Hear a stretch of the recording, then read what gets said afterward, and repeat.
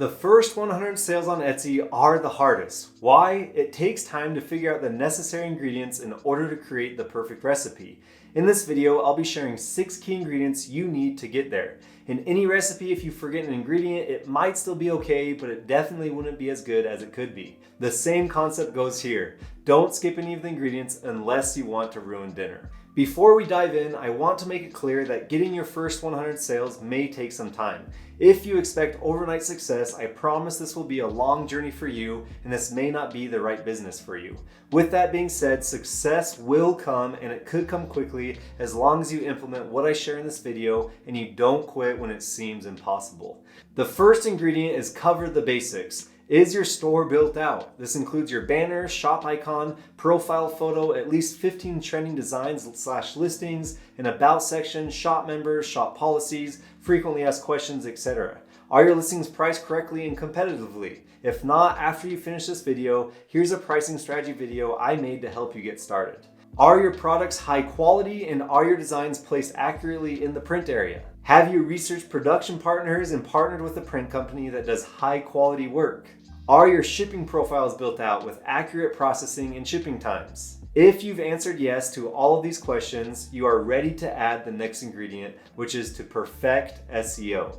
If you aren't using proven keywords that buyers would use to search your item, it will never be found. You need to do your keyword research and see what keywords are performing well and showing up on the first page in search results for similar designs. If you're not sure how to do this, I made an Etsy SEO video that can help you after you've learned the rest of the ingredients. Don't overcomplicate it, it's really pretty simple. Think like a buyer and go directly to the source to see what is working. The third ingredient is don't be cheap, invest in mockups. If you're using Printful's or Printify's mockups, instead of purchasing high quality ones off of Etsy, it's like pouring a bowl of cereal with water instead of milk. It's just not the same. Do yourself a favor and invest in mockups that will make your design stand out in search results. I'm serious, it wasn't until we started doing this that we started to see a significant difference in daily sales. Mockups allow your customers to visualize what your product may look like on them. Online shopping doesn't allow you to try anything on, so your product photos are the closest they'll get to trying it on in the fitting room.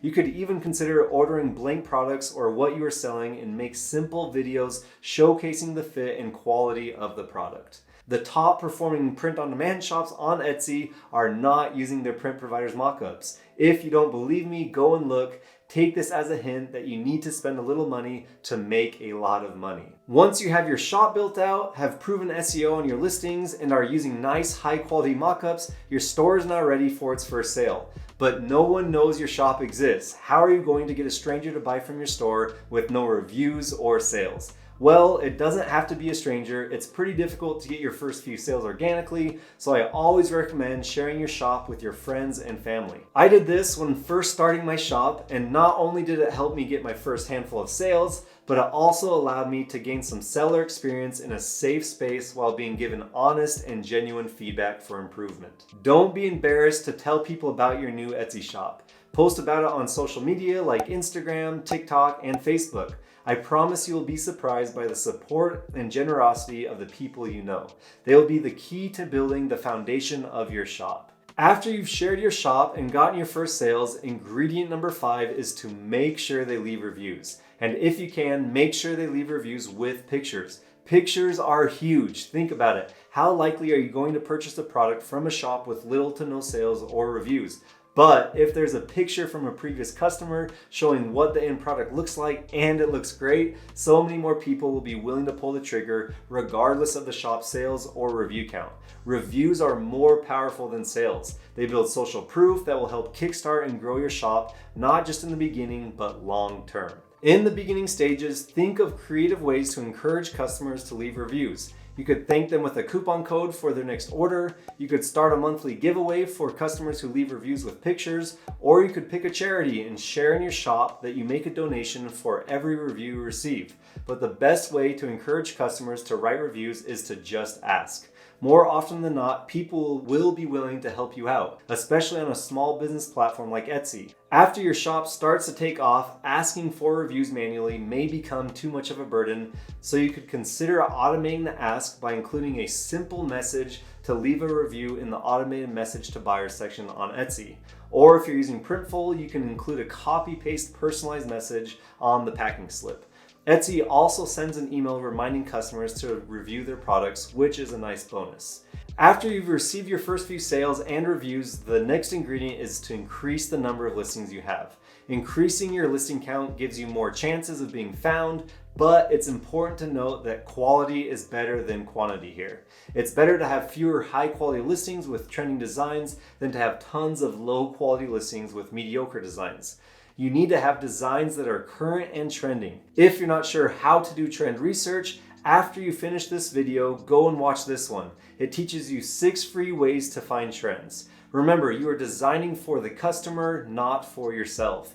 Study big box stores like Target, Walmart, H&M, and see what kind of graphics and design styles they are doing.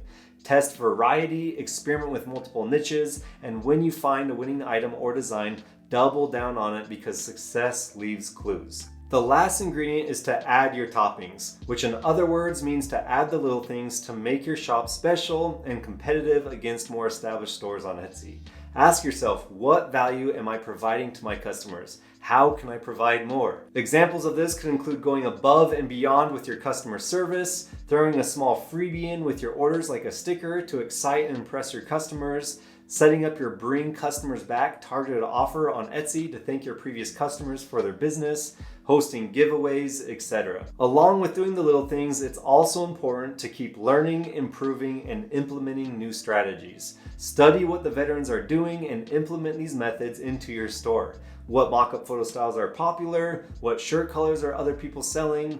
Are they running any sales? You don't need to reinvent the wheel. Use the resources around you to see what is working and apply what you learn to improve your store.